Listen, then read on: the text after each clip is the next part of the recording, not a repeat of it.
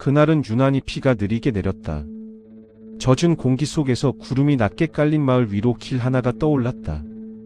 사람들은 그것을 하늘달이라 불렀다.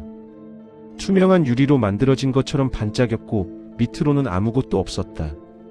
그는 그날 우산도 없이 그 다리를 건너보기로 했다. 구름 위의 유리 다리는 비 오는 날에만 나타난다. 비가 멈추면 다리는 흔적도 없이 사라지고 밑에는 단 한 사람의 발자국만 남는다. 다리를 건넌 사람은 자신이 어디로 향했는지 기억하지 못한다. 단지 너무 맑아서 내 발이 사라지는 줄 알았다고만 말한다. 그 마을의 노인들은 경고했다. 비 오는 날 하늘 쪽으로 난 길은 신의 손이 아니라 자신의 거울이 만든 길이라고. 그러니 절대 다리 위에서 뒤를 돌아보지 말라고. 그는 흥미에 이끌려 그곳을 찾았다. 비가 유리 위를 두드릴 때 다리는 투명하게 깨어났다. 첫 발을 디디는 순간 아래로 끝없이 흘러내리는 빗물 속에 자신의 얼굴이 비쳤다. 이 정도면 괜찮겠지. 그는 웃으며 걸었다. 그러나 몇 걸음 뒤 발밑의 유리가 미묘하게 울렸다. 물방울이 위로 떨어지는 듯한 역방향의 소리가 났다. 그는 고개를 들어 멀리 바라보았다. 끝이 없어 보였다. 비는 점점 잦아들었고 구름은 얇아졌다. 그 순간 그는 어깨 너머에서 또 다른 숨소리를 들었다. 누군가 그를 따라 걷고 있었다. 발소리는 없었다. 단지 물 위에서 미세하게 흔들리는 그림자 하나. 그는 본능적으로 뒤를 돌아보려 했다. 하지만 유리는 그보다 먼저 균열을 냈다. 조용히 그러나 분명히 누군가의 반사된 얼굴이 유리 아래에서 웃고 있었다. 그날 이후 이 매뉴얼이 전해졌다. 이제부터는 말하지 않아도 지켜야 하는 일들이다. 규칙 제1항. 다리는 비가 내릴 때만 열린다. 구름이 걷히면 모든 출구는 닫힌다. 유리 다리는 비가 내리는 동안에만 그 존재가 드러나며 건널 수 있는 통로가 형성됩니다. 빗물이 유리 표면에 닿을 때만 다리의 경계가 명확해지고 이 세계와 저 세계를 잇는 길이 활성화됩니다. 그러나 구름이 걷히고 하늘이 개면 다리의 양 끝은 순식간에 차단되며 돌아갈 길마저 사라집니다. 비가 올 때를 신중히 선택하십시오. 소나기는 짧고 장대비는 위험합니다. 가장 안전한 것은 고른 속도로 내리는 중간 정도의 비입니다. 규칙 제2항. 첫 발을 내딛기 전 신발을 닦아야 한다. 유리는 기억에 민감하다.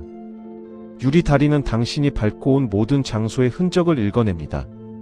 신발 밑창에 묻은 먼지, 진흙, 낙엽 하나까지도 당신의 과거를 드러내는 증거가 됩니다. 유리는 그 기억들을 흡수하고 재현하며 때로는 당신이 잊고 싶었던 순간을 다리 위에 투영합니다. 깨끗이 닦인 신발만이 당신을 과거로부터 자유롭게 합니다. 물로 씻고 헝겊으로 문질러 어떤 흔적도 남기지 마십시오. 기억 없는 발걸음만이 안전합니다. 규칙 제3항. 걸을 때마다 내 발소리가 하나 늘어날 것이다. 그때는 속도를 늦추지 말 것.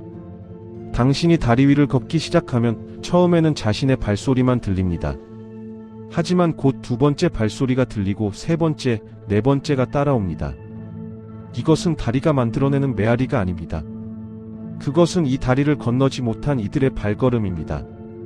그들은 당신의 움직임에 동조하며 함께 걷습니다. 멈추면 그들도 멈추고 그 순간 그들은 당신이 멈춘 이유를 궁금해합니다. 절대 속도를 늦추지 마십시오. 일정한 보폭으로 망설임 없이 앞으로 나아가십시오. 규칙 제4항. 유리 위에서 자신의 얼굴이 두 개로 보인다면 이미 절반은 건넌 것이다. 투명한 유리 다리는 위와 아래 두 개의 반사를 만들어냅니다. 다리의 중간 지점에 도달하면 위에서 내려다보는, 당신의 얼굴과 아래에서 올려다보는 당신의 얼굴이 동시에 보입니다. 이것은 당신이 경계선을 넘었다는 신호입니다.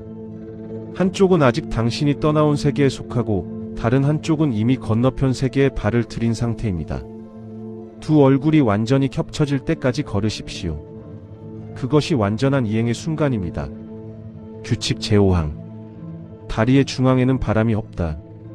바람이 멈추면 다른 것이 움직이기 시작한다.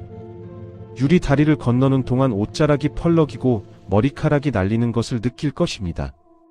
하지만 정확히 중앙에 도달하는 순간 모든 바람이 멈춥니다. 공기는 완전히 정지하고 소리조차 사라집니다. 이 고요 속에서 당신은 다른 움직임을 감지하게 됩니다. 유리 아래에서 무언가가 스치고 주변에서 형체가 흐릿하게 지나갑니다. 그들은 바람이 멈춘 공간에서만 활동할 수 있습니다. 시선을 고정하고 숨을 참고 빠르게 그 구간을 지나치십시오. 규칙 제6항. 절대 뒤를 돌아보지 말 것. 돌아본다는 건 누구의 시선을 인정하는 일이다.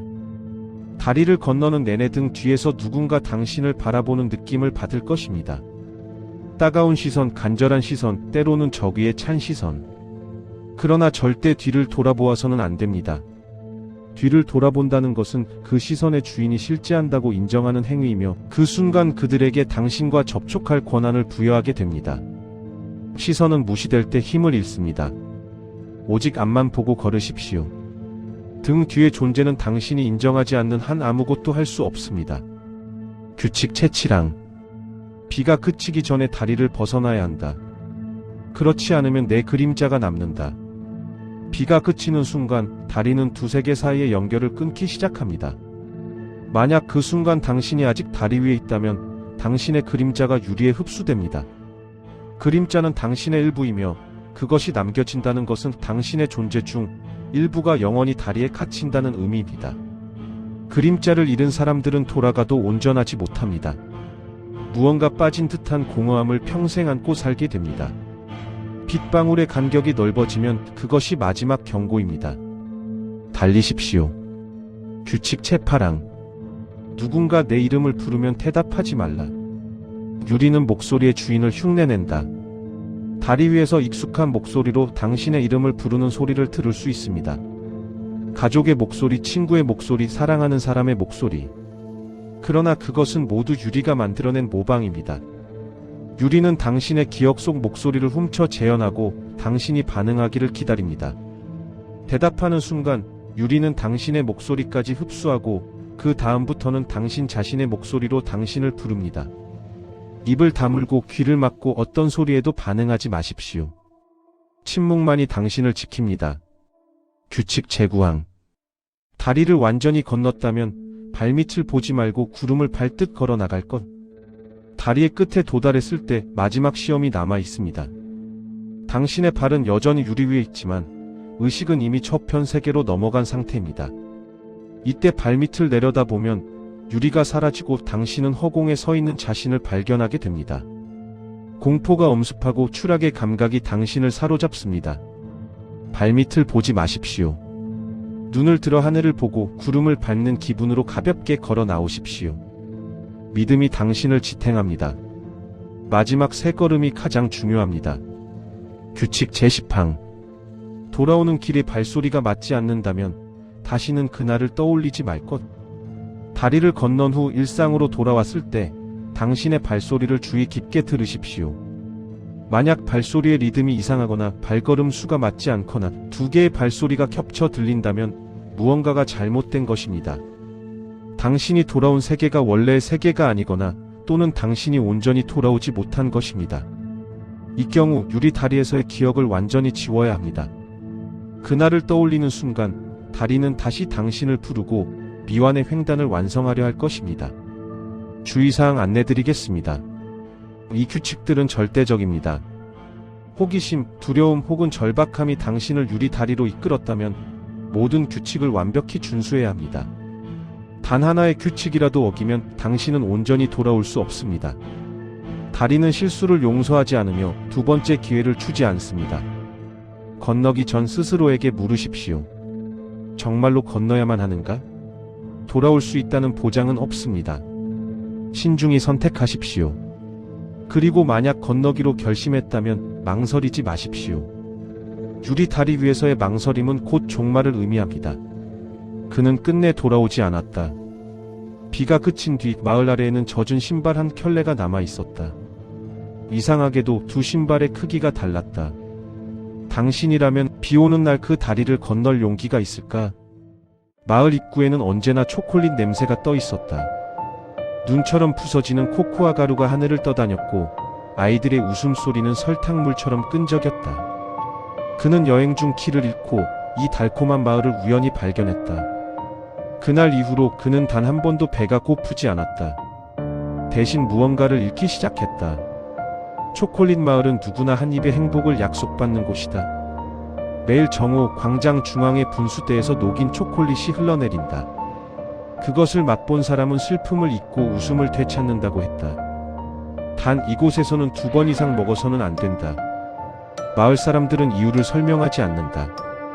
그저 2번째 달콤함은 기억을 먹는다고만 속삭일 뿐이다. 그리고 그 말에는 웃음이 섞여 있지 않았다. 그는 처음엔 반신반의하며 초콜릿을 한 입 베어 물었다. 눈앞이 환하게 밝아졌고 어릴 적 잊었던 웃음이 다시 피어올랐다. 그날 밤 그는 처음으로 깊은 잠을 잤다. 하지만 다음날 아침 그는 자신이 어디서 왔는지 기억나지 않았다. 이상하게도 그 사실이 그리 불안하지 않았다. 마을 사람들은 모두 같은 표정을 하고 있었다. 입가에 묻은 초콜릿 자국 그리고 어딘가 비어있는 눈빛. 그는 어느 순간 문득 깨달았다. 이곳의 사람들은 모두 같은 향이 났다. 그는 확인하고 싶었다. 정말 한 번만 먹은 걸까? 분수대가 다시 흐르는 오후 그는 손을 내밀었다. 조심스럽게 2번째 조각을 입에 넣는 순간 초콜릿이 혀끝에서 녹는 소리보다 더 깊은 정적이 찾아왔다. 그리고 그는 알았다. 이 마을의 달콤함은 기억의 온도로 녹는다는 것을. 그날 이후 이 매뉴얼이 전해졌다. 이제부터는 말하지 않아도 지켜야 하는 일들이다. 규칙 제1항. 초콜릿은 정오의 종이 울릴 때만 나눈다. 이곳에서 초콜릿은 시간의 지배를 팠습니다. 정오를 알리는 종소리가 울려 퍼질 때, 그때만이 초콜릿을 나눌 수 있는 유일한 순간입니다. 이른 아침도 석양이 지는 저녁도 아닌 오직 해가 가장 높이 떠있는 그 순간만이 허락됩니다.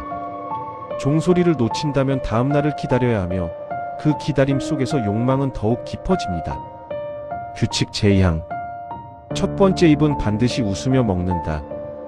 초콜릿을 처음 입에 넣는 순간 당신의 얼굴에는 미소가 떠올라야 합니다. 이것은 단순한 예의가 아닌 필수입니다. 슬픔도 무표정도 망설임도 허용되지 않습니다. 웃음과 함께 녹아드는 천만만이 이곳의 초콜릿을 온전히 받아들이는 방법입니다. 미소 없는 첫 입은 저주가 될 수 있습니다. 규칙 제3항. 2번째 입을 원한다면 이름을 종이에 남겨둔다. 한 입으로 만족할 수 없다면 대가를 치러야 합니다. 당신의 이름을 하얀 종이 위에 적어 남겨두는 것, 그것이 2번째 기회를 얻는 조건입니다. 이름은 단순한 글자가 아닙니다.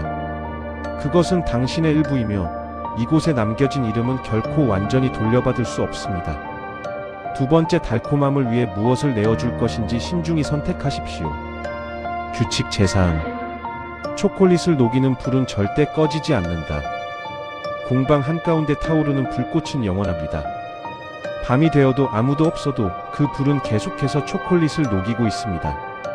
누군가 불을 끄려 시도한다면 그것은 이곳의 근본을 거스르는 행위입니다. 불꽃은 이곳의 심장이자 저주의 원천이며 그 열기 속에서 모든 변화가 시작됩니다. 불을 두려워하되 존중하십시오. 규칙 제5항. 아이들은 언제나 새로운 이름으로 불린다. 이곳에 발을 들인 아이들은 더 이상 옛 이름을 갖지 못합니다. 그들은 작은 별, 달빛, 속삭임 같은 새로운 호칭을 받게 됩니다. 이것은 보호인 동시의 변화입니다. 옛 세상과의 연결이 끊기고 이곳의 일부가 되는 의식입니다. 부모가 부르던 그 이름은 문 밖에 남겨지고 안으로 들어온 순간부터 새로운 존재가 됩니다. 규칙 제6항. 방문자는 3번째 날부터 우리가 된다. 첫째 날 당신은 손님입니다. 둘째 날 당신은 관찰자입니다. 하지만 3번째 날 아침 해가 뜨면 당신은 더 이상 외부인이 아닙니다. 우리라는 말에 당신도 포함되며 떠나는 것이 점점 어려워집니다. 이곳의 리듬이 당신의 심장 박동과 일치하기 시작하고 바깥 세상은 점점 흐릿한 기억이 되어갑니다. 3번째 날은 선택의 마지막 경계입니다. 규칙 제7항. 초콜릿의 향이 사라진다면 누군가의 기억이 완성된 것이다. 공기 중에 떠다니던 달콤한 초콜릿 향이 갑자기 사라지는 순간이 있습니다. 그것은 누군가의 과거가 완전히 재구성되었다는 신호입니다. 이곳에서는 기억이 초콜릿처럼 녹아 새로운 형태로 굳어집니다. 향이 사라진 그 순간 누군가는 이전과 다른 사람이 되어 있으며 그들의 과거는 이제 새로운 이야기로 완성됩니다. 규칙 제8항. 기억을 잃은 이는 가장 달콤한 미소를 가진다. 과거를 잊어버린 사람들의 얼굴에는 순수한 행복이 깃들어 있습니다. 고통도 후회도 상처도 모두 사라진 그들은 영원한 현재 속에서 살아갑니다. 그 미소는 너무나 아름답지만 동시에 텅 비어 있습니다. 그들은 더 이상 아파하지 않지만 동시에 진정으로 살아있다고 말할 수도 없습니다. 그 달콤함 뒤에 숨겨진 대가를 기억하십시오. 규칙 제9항. 분수의 초콜릿이 검게 변할 때 새로운 손님을 맞이한다. 공방 중앙의 분수에서는 초콜릿이 끊임없이 흘러내립니다. 그 색이 갈색에서 검은색으로 변하는 순간 문이 열립니다. 새로운 얼굴이 문턱을 넘어서고 또 다른 이야기가 시작됩니다. 검은 초콜릿은 변화의 징조이자 새로운 시작의 표시입니다. 분수를 주시하는 이들은 다음 방문자가 누구일지, 무엇을 가져올지 조용히 기다립니다. 규칙 제10항. 두 번 먹은 이는 다시 굶주리지 않는다. 영원히. 두 번째 초콜릿을 입에 넣는 순간 당신의 배고픔은 영원히 사라집니다. 음식에 대한 욕구도 갈증도 생존의 본능도 모두 잠잠해집니다. 이것은 축복처럼 들리지만 저주입니다. 먹지 않아도 살 수 있지만 먹는 즐거움도 잃어버립니다. 살아있되 살아있지 않은, 존재하되 존재하지 않은 상태가 됩니다. 두 번째 선택은 되돌릴 수 없습니다. 주의사항 안내드리겠습니다. 이 규칙들은 장난이 아니며 무시할 수 있는 제한이 아닙니다. 한 번 들어선 이상 규칙을 따르지 않으면 예측할 수 없는 결과를 마주하게 됩니다. 초콜릿의 달콤함 뒤에는 변화의 대가가 숨어 있으며 그 변화는 당신이 원하는 방향이 아닐 수 있습니다. 문을 나서기 전에 두 번 생각하십시오. 들어오는 것은 쉽지만 나가는 것은 거의 불가능합니다. 당신의 이름, 기억, 그리고 본질 자체가 이곳에 남을 수 있음을 명심하십시오. 그가 남긴 이름표는 분수대 아래에서 천천히 녹아내렸다. 이제 마을의 초콜릿 냄새에는 조금의 향수가 섞여 있다. 다음번 손님은 어떤 이름을 잃게 될까요?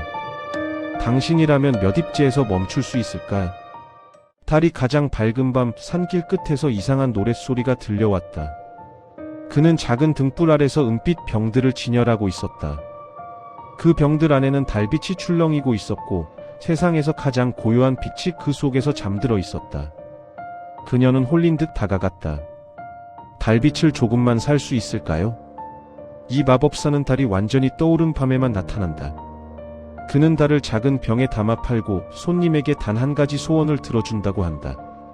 대신 단서는 언제나 같다. 해가 뜨기 전에 모두 마시지 말 것. 병 속의 달빛은 진짜 달과 연결되어 있어서 너무 많이 마시면 균형이 무너진다. 그의 장터에는 언제나 그림자가 없다. 그림자는 새벽 전에 모두 사라지기 때문이다. 그녀는 오래된 기억 하나를 지우고 싶었다.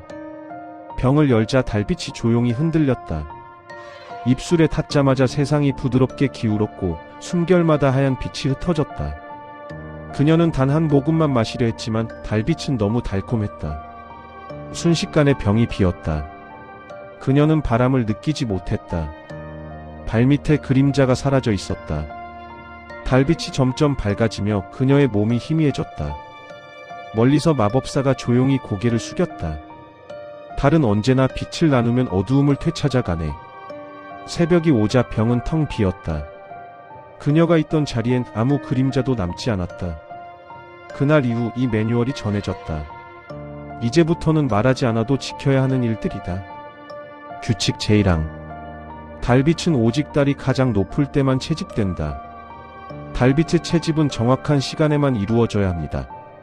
달이 하늘의 정중앙에 떠올랐을 때 그 빛은 가장 순수하고 강력한 힘을 담고 있습니다. 이 순간을 놓치면 채집된 빛은 불완전해지고 그 효력은 예측할 수 없게 변합니다. 너무 이르면 빛은 아직 익지 않은 것이고 너무 늦으면 이미 힘을 잃어버린 것입니다. 마법사는 하늘을 정확히 읽을 수 있어야 하며 단 한순간의 완벽한 타이밍을 포착해야 합니다. 잘못된 시간에 채집된 달빛은 약속을 지키지 못합니다. 규칙 제2항. 해가 뜨기 전엔 절대 병을 비우지 않는다. 병 속에 담긴 달빛은 해가 뜨기 전까지 보관되어야 합니다. 밤 동안 달빛은 병 속에서 숙성되며 어둠과 하나가 되어 진정한 힘을 얻습니다. 만약 해가 뜨기 전에 병을 비운다면 달빛은 아직 준비되지 않은 상태로 세상에 노출되고 그 결과는 통제할 수 없게 됩니다. 덜 익은 달빛은 소원을 왜곡하고 원하지 않는 것을 가져옵니다. 인내심을 가지고 첫 햇살이 떠오를 때까지 기다려야 합니다. 서두름은 대가를 부릅니다. 규칙 제3항. 달빛을 마실 땐 반드시 이름을 속삭인다. 달빛을 마시는 순간 당신은 자신의 이름을 작은 목소리로 속삭여야 합니다. 이름은 당신의 정체성이며 달빛이 누구의 소원을 들어주어야 하는지 알려주는 표식입니다. 이름을 말하지 않으면 달빛은 주인 없는 힘이 되어 방황하고 그 효과는 무작위로 흩어집니다. 때로는 당신이 아닌 다른 누군가의 소원이 이루어지거나 혹은 달 자체가 그 힘을 회수해갑니다. 이름은 계약서의 서명과 같습니다. 반드시 당신의 진짜 이름을 속삭이십시오. 규칙 제4항. 마법사에게 값을 묻지 않는다. 값은 이미 정해져 있다. 달빛을 얻기 위해 치러야 할 대가는 정해져 있으며 그것은 마법사가 결정하는 것이 아닙니다. 달 스스로가 값을 매기고 마법사는 단지 중개자일 뿐입니다. 대가를 묻는 것은 거래를 의심하는 행위이며 달은 의심을 좋아하지 않습니다. 값을 물어보는 순간 원래 정해진 대가는 2배가 되고 때로는 돌이킬 수 없는 것으로 바뀝니다. 조용히 받아들이고 달이 요구하는 것을 내어주십시오. 협상은 허락되지 않습니다. 규칙 제5항. 그림자가 사라지면 달이 그것을 기억한다. 달빛을 마신 후 가장 먼저 사라지는 것은 당신의 그림자입니다. 그림자는 대가의 일부로 달에게 바쳐지며 달은 그것을 영원히 보관합니다. 그림자 없는 사람은 불완전해 보이고 다른 이들은 무의식적으로 당신을 피하게 됩니다. 하지만 이것이 끝이 아닙니다. 달은 당신의 그림자를 기억하고 필요할 때 그것을 사용합니다. 때로 당신의 그림자가 당신보다 먼저 어딘가에 도착하거나 당신이 가지 않은 곳에 나타나기도 합니다. 그림자는 이제 달의 것입니다. 규칙 제6항. 2번째 병을 요구하지 않는다. 한 사람은 평생 단 한 번만 달빛을 마실 수 있습니다. 2번째 병을 요구하는 것은 탐욕의 표시이며 달은 탐욕을 벌합니다. 2번째 병을 요청하면 마법사는 거절하지 않습니다. 대신 병을 건네주지만 그 안에 담긴 것은 달빛이 아닙니다. 그것은 당신이 잃어버린 모든 것의 반영이며 마시는 순간 첫 번째 소원마저 사라집니다. 당신은 모든 것을 잃고 달은 당신에게서 받은 대가조차 돌려주지 않습니다. 만족할 줄 알아야 합니다. 규칙 제7항. 달빛은 진실을 비추지 않는다. 오직 바람만 비춘다. 많은 사람들이 달빛이 진실을 보여준다고 착각합니다. 하지만 달빛은 진실의 빛이 아닙니다. 달빛은 바람을 비춥니다. 즉 변화하는 것, 흐르는 것, 잡을 수 없는 것만을 드러냅니다. 달빛으로 진실을 찾으려는 사람은 영원히 헤매게 되며 그들이 보는 것은 계속해서 변하는 환영뿐입니다. 달빛은 거짓말을 하지 않지만 진실도 말하지 않습니다. 그저 가능성만을 보여줄 뿐이며 그 가능성은 바람처럼 순간마다 달라집니다. 규칙 제8항. 병 속의 빛이 흔들리면 누군가의 소원이 깨진 것이다. 병 속에 담긴 달빛은 고요해야 합니다. 만약 빛이 흔들리고 출렁인다면 그것은 어딘가에서 누군가의 소원이 산산조각 났다는 신호입니다. 모든 달빛은 연결되어 있으며 하나의 소원이 깨지면 다른 모든 달빛이 그 충격을 느낍니다. 흔들리는 빛을 마시면 당신의 소원도 불안정해지고 이루어지더라도 온전한 형태가 아닙니다. 빛이 다시 고요해질 때까지 기다리거나 아예 마시지 않는 것이 현명합니다. 깨진 소원의 파편은 다른 소원을 오염시킵니다.